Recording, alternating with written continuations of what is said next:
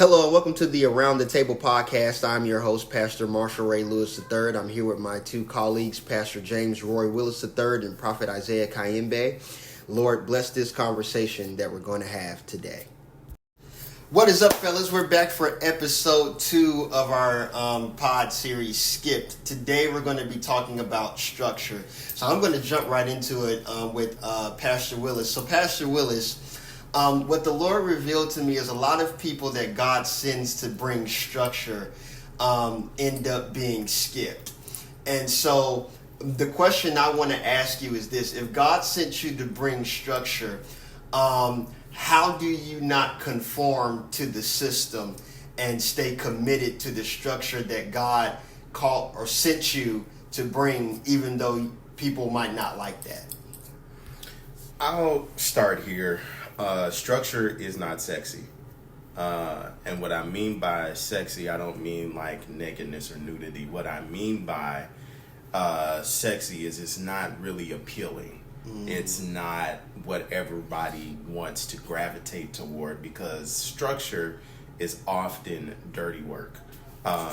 So the way that you do not conform to the system and you maintain your integrity in structure is, 1, you obey God. 2, you have to observe the environment that you're in, and then you have to recognize, am I going to be overlooked because what I bring to the table is not out front and marketable? So you have to make the distinction of, am I going to be liked or am I not going to be liked? Because oftentimes those who bring structure are not liked, because that often means I am going to be the one that's saying no to things that are good ideas, but they are not God ideas. Yeah. Wow. I love that point.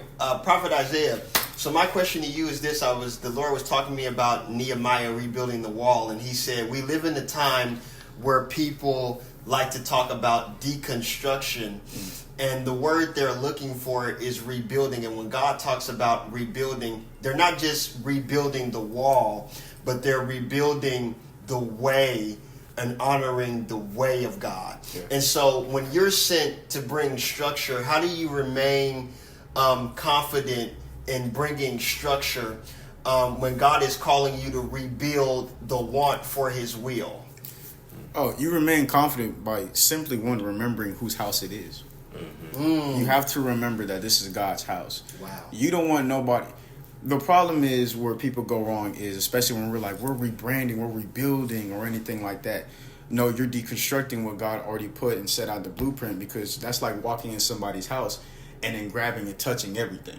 Yeah, you can't just come in my house and you just change everything and you expect me not to say anything.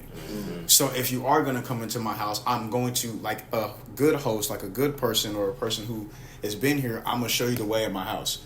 This is our cutoff time. This is the time where visiting hours are done. The restrooms this way. This is how we do things in our house. We eat dinner here.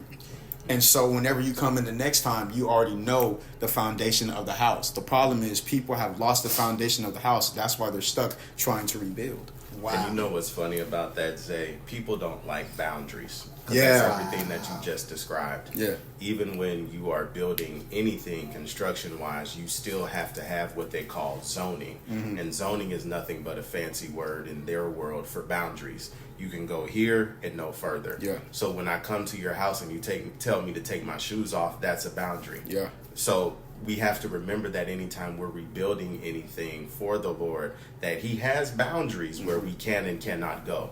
And that's the problem with people in their deconstruction of today's time, is they want to violate the boundaries that God put in place. And that brings up a great point, because when we talk about God sending you as structure, really what we're saying is God sent you as the boundary. Yes. Because to your point, the person that God sends to bring structure is always often that person that's saying, no, this is a good idea, but it's not a God idea. So I think that there is a distinct difference between having secular structure and spiritual structure. Yes. That secular structure is based on what's good for us, but spiritual structure is based on what's commanded by God. And a lot of times we are living in a time, especially in the church world, where people who are sold out to God get sold out by the church. Yep. Yep. Or let me say it like this: this is how the Lord gave it to me. That people who are sold out to God are kicked out of the church, and not messing. We want you to be a member, but we don't want you to be a part of the planning.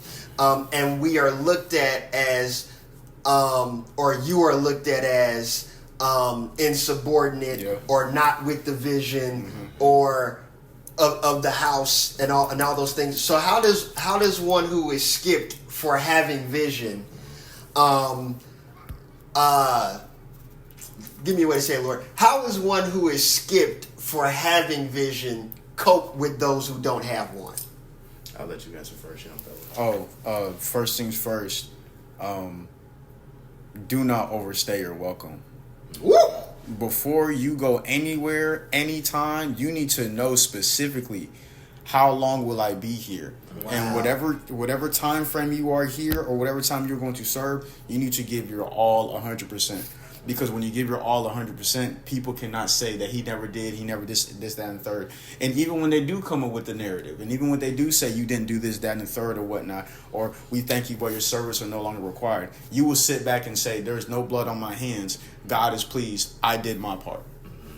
You have to remember who sent you and why. Come on. That's good, Willis. Yeah. And the reason why that's important is because, to your point, Zay, when God sends you somewhere, you obey him. You do what he said. You said what he said to say, and you obeyed him in so many terms. Then you are free to go when they say your services are no longer needed.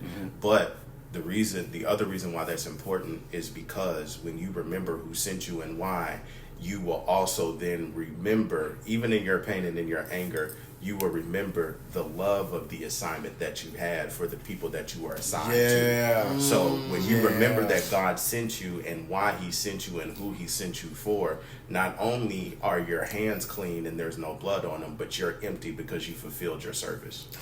I would say that structure, you must remember that structure will never be appreciated by people who live in dysfunction. So structure is the lifestyle of the functional in Christ. Say it again. Structure is the lifestyle of the functional in Christ. And to war against function is to war against Christ. To war against structure is to war against Christ. So I would say if you're skipped because you bought structure, know that the war is not with you.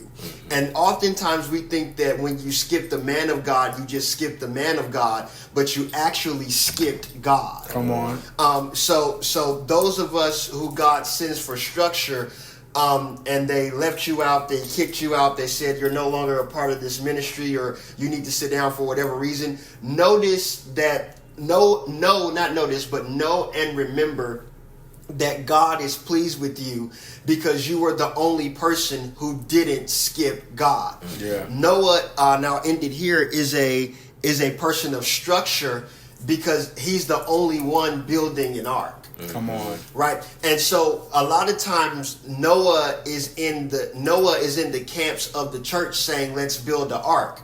But notice whenever somebody kicks you out, God always tells you to continue the ark. So anyone who is kicked out because God has called you to be structure, don't stop building the ark. Continue in the ark. And when the rain comes, because rain will come to test where there's structure. One more time. Rain will come to test where there's structure. Yes, so you need to continue to be the structure. Any last words as we have one more minute left? If God is pleased, you did the right thing. Simple.